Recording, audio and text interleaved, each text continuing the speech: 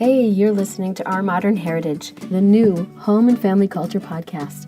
I'm your host, Jody Chafee. If you've been following along in my journey of creating this brand, I've been on a quest to discover what makes a successful family tick. I have found that a family culture involves intentional planning, vision, values, and rhythms to work on anticipating the family's needs and develop a legacy. I'm trying to decide how much of my story you may be interested in. But if you're here, I want to value your time because I appreciate that there are a lot of other podcasts that you could be listening to, a lot of other people you could be listening to. And so I just feel like I owe my listeners an explanation because today I planned on posting a regular episode. Yesterday and today I had every intention of producing a regular episode. I have all these interviews that I have recorded and lined up, and that I enjoy doing the interviews, but I just had other things come up. I have to confess that the month of September has been pretty crazy. I had all these plans for the podcast to bring you all kinds of wonderful content and to share with you my experiences and all the ways that we can improve and enrich our family culture.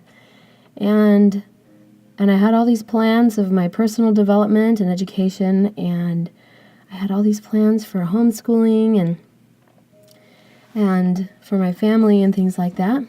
And my family got really sick.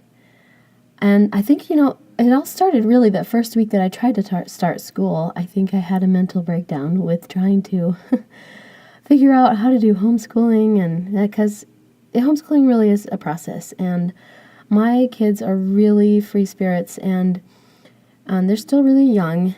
And so when I try to sit down with them to do school, they are not completely interested. But I've also learned that it's a process, that I introduce curriculums and things, and they love it for a little while, and then they fall out of love for it, and then later I reintroduce it, and they really enjoy it again. So I understand it's all just a process. And what I'm trying to do is have like a 5 to 6 weeks on with school and 1 week off where we do like house projects and things like that, or field trips. And so that's a new thing that we're trying to do. Anyway, I just found that this month was just really stressful, in part because of my own mental health and also because of our physical health. My kids started getting really sick at the beginning of the month, and then my husband and I started getting sick, and then it looked like we were getting better, and then we weren't, because we started getting sick again. And so I spent yesterday and today, this is Tuesday, September 25th, in doctor's offices trying to figure out how to treat our family for our health issues with coughs and potential pneumonia and things like that. So it's been kind of stressful. And even though I had all these intentions to post an episode and things like that, I confess I'm behind in my editing. I already said that, but it's been a struggle. It's been a trial. And all along this process with starting the podcast and pretty much everything that I'm trying to do with my life right now has been pretty messy. And it's been a process because I just kind of felt like if there's anything that you want to do with your life, you're never going to be ready. You're never going to, and nothing is ever going to be perfect. You're never going to have things just align so that everything works out perfectly. And so I decided when I started this podcast that I wasn't going to wait for things to align, and that I was just going to jump in and learn as I go. And I'm really learning that that's what life is really like. That it's all about grace and relying on that enabling power of the Savior Jesus Christ. And that's been my whole story. I don't know how much of my story that I remember telling you all, but I feel like I owe it to you to kind of tell you a little bit more about my story. Because the reason I started this podcast is because of my own family struggles, not really severe with our relationships by any means or things like that, but my kids are still little. And so, in anticipation for what could come, I just thought, I really want to learn about what makes a successful family and how to prepare for the different things that we will be enduring, because life is about enduring. And so, it really started about 10 years ago. My husband and I moved to Northern Virginia, which is one of the most expensive regions of the country. And we were still students.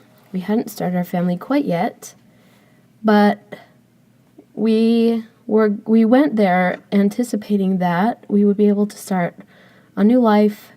And Michael was interested in politics and government and things, and he'd had an internship on the Hill before.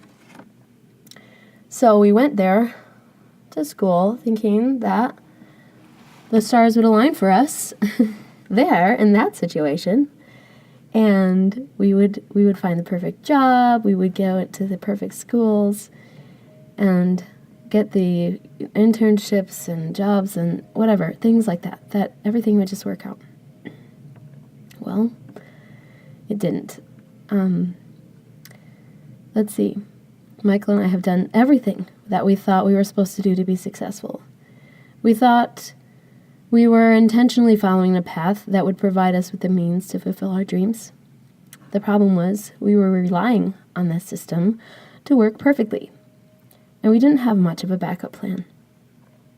We expected that if we went to college, grad school, a career of our choosing would be made available to us.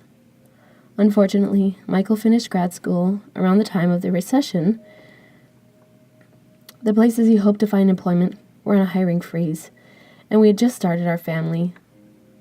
Thankfully, the position he had was enough while he was going to school. But then, when I finished school, we couldn't rely on our student loans anymore, and those loans would be called in once we finished school. So Michael applied to hundreds of jobs. We lost all vision of what the future may look like. We weren't getting anywhere. He wasn't hearing back, and there were no prospects. We were living, like I said, in one of the most expensive regions of the nation with our young children, and Michael was underemployed. About 5 years ago, we thought we got a break. Someone offered Michael a position, and it would be commission-based, but the prospects were hopeful. We also bought our first minivan for our growing family from someone we thought that we could trust, and moved into a spacious townhouse. While the new job was prosperous, it was demanding. Michael spent many nights finishing up work to claim the commissions and taking courses to fill requirements of the position at our own expense. And that minivan, our trusted quote-unquote friends sold us, required expensive repairs each time we brought it into the shop, and died within 2 years. I wish I could tell you that things have gotten better. The guy who offered Michael his position left the company, so we were relocated. That was a good thing. At least we were finally away from the crazy cost of living in Northern Virginia. Except, Michael's new boss often neglected him. So over the last 2 years, his commissions steadily declined. We were basically losing money. In July, Michael left the company, and we started our journey freelancing, basically, in August. I spent the month of August focusing on my campaign about developing constructive coping skills, because I've spent the last 10 years figuring out how to cope with so many stressors. I have discovered a lot about what coping is and how often I would rely on escape strategies or even passive coping to get through. But not always, though. I have read a lot of uplifting books, and I've studied ways to help our family prosper. That's something that inspired me to start this podcast, was all the studying and reading and things that I'd been doing to try and figure out how to cope with all of the things that we'd been enduring.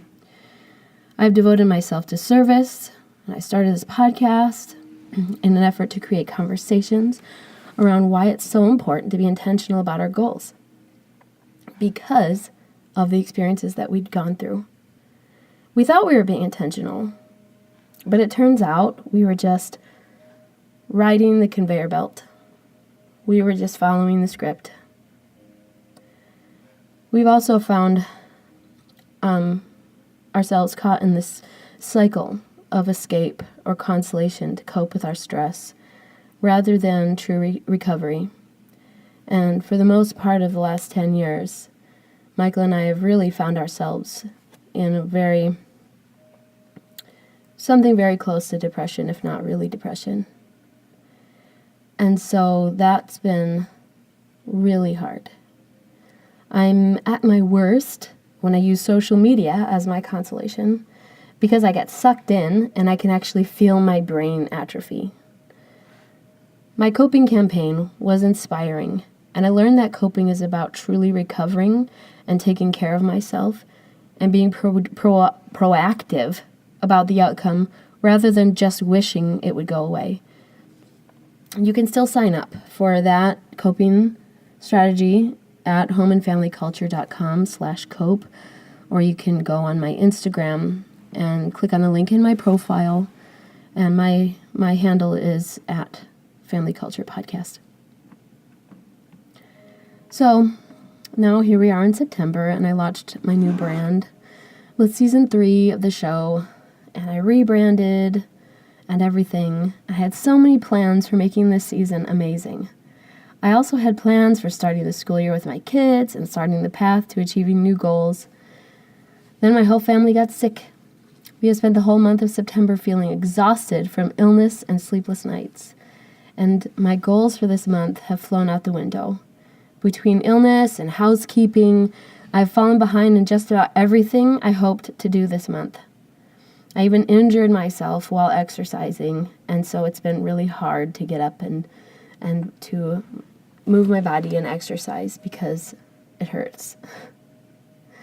So, while I have some great episodes lined up for you, I am still catching up on editing. On top of this, I am transitioning my podcast to a new web host. So if you go onto my site over the next few weeks, depending on when you listen to this, you might see a landing page or some other weird things going on with my site instead of show notes. So the new site will be amazing. If you aren't subscribed for updates, you can sign up on that landing page for my newsletter, and I will let you know when the new site is up. Through all of this, the message I often hear is that my thoughts have the power to carry me to any goal that I have. I'm inspired by Napoleon Hill and Jack Canfield, James Altucher, and so many others who are self-made. We can rise out of any situation when we elevate our own thoughts toward our goals and start doing the work. It's hard to believe this when you're in crisis mode, which I feel like I've been in for the last 10 years. I have been working on my thoughts and my habits so that I can help my family define our resilience and persevere through even the hardest trials. But I'm here to tell you that it's messy, and that's normal. It evolves, it gets better, it gets easier sometimes, and then it gets harder again. But what I've learned from doing this podcast, talking to the people, the experts, the authors, those people who care and are thinking about all of these things, I've learned that when you put your family first, you set your priorities, your vision, your values, you create stories, and opportunities to spend time together as a family, that those things begin to work out. You begin to create a family culture that will create resilience and a legacy that your family will live on. So thank you for listening to my raw, uncut episode here. I just want you all to know that I'm grateful for my listeners. I'm grateful for this opportunity that I have to share my thoughts about why family is so important, and the importance of just putting our families first, to create that vision, to work through the trials and the struggles, because this is much like a hero's journey, that somehow, for some reason, we felt called to start a family, even if it's just you and your spouse. And then we endure the tests, trials, and traps that are designed to strengthen us.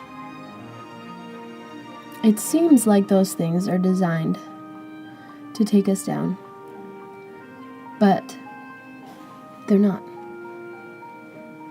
Everything that we experience in this life is designed to strengthen us and to help us to be resilient, to push through and become stronger, to grow in our self-esteem and self-efficacy. And I hope that through this podcast and the message that I share is that you'll begin to feel a sense of an internal locus of control, that you have the power to impact change and influence and impact change in your lives and in your families, that we don't need to constantly live in crisis mode or going from one crisis to the next just to survive. I want to get to the point where we are thriving, that we're not just drifting from day to day, putting out fires, but that each day we have purpose and intention and hope, that we create rhythms and patterns and traditions that honor our families and develop constructive habits. Because I find that as I was studying about these coping strategies, these coping mechanisms, that's what everything comes back to. Our families, ourselves, our lives, they revolve around how we cope. And when we cope, we either cope by escaping, we either cope by being passive. There's this serenity prayer. We cope by saying, you know what, I can't do anything about this, so I will just lay down and let it do its damage and hope it goes quickly. That's a passive way to cope. But what I hope is to help all of us to learn and rely on the importance of constructive coping, and that when we model these kinds of coping strategies for our children, it allows all of us to be able to use the challenges, use the trials, the tests, the traps of this hero's journey to make something of ourselves, to make something of the experience, to do something in spite of the trials, or even because of them, to make something more out of our lives and our experiences. I recently saw this video of Elizabeth Smart, that after her rescue, her mom told her that the greatest revenge that she could have on these people was to be happy. And it was inspiring to me that she could take her experience and turn it into a profoundly powerful example of resilience. And it's beautiful that even though we get these trials and experiences, there's a reason. And I don't believe that God or anybody wills us to have crappy experiences or anything. But I do think that we have the power to turn those things into opportunities. That's another thing that I learned from that Napoleon Hill's Outwitting the Devil. He says that every failure has the seed of equal or greater opportunity. And you could change failure to trial, test, struggle, stress. We can use them as opportunities to grow. So those are my thoughts on this stressful, crazy day of mine. Spending the day, doctor's office with my son who may have pneumonia. But I don't think so. I think he's getting better. My daughter, who has had this crazy rash for months and months, and then it started to go away, and she started taking antibiotics, and it just totally flared up again. It's craziness. But I count my blessings every day, and I'm learning to start over. That I've had all these grand visions and ideas of what I want to do with my life or with my family, and then I forget to take care of today. And I recently listened to a TEDx talk by James Altucher that when he was in rock bottom depression, he started to develop himself just 1% better every day. 1% better physically, to take care of his body. Start exercising, start eating better, getting sleep and hydration. And because this month has definitely taught me that when you are not well physically, your mental health is right behind. And so, we're just 1% better. And then just 1% better emotionally. And he classified that as connecting with somebody that cares about you and you care about them every day. And then 1% better spiritually. And he classified that as just being grateful and to play the glad game, like in Pollyanna, whenever you feel tempted to complain. So, and then he said to write down 10 ideas every day. And I like that idea because something that I've been learning about lately and thinking about is the importance of having that personal inspiration, personal revelation every day. To go to a quiet space where you can write down your thoughts, to put them out there to Heavenly Father or the universe or the source energy or whatever you want to call it. In my opinion, it's God. And just pause to listen and then write those things down. That as you do that, you'll begin to feel a change. And you'll begin to every day know what needs to be done in order to inspire yourself and your family to grow. So thank you again for listening, and please pray for my family, and I appreciate your time. I appreciate your support. Thank you.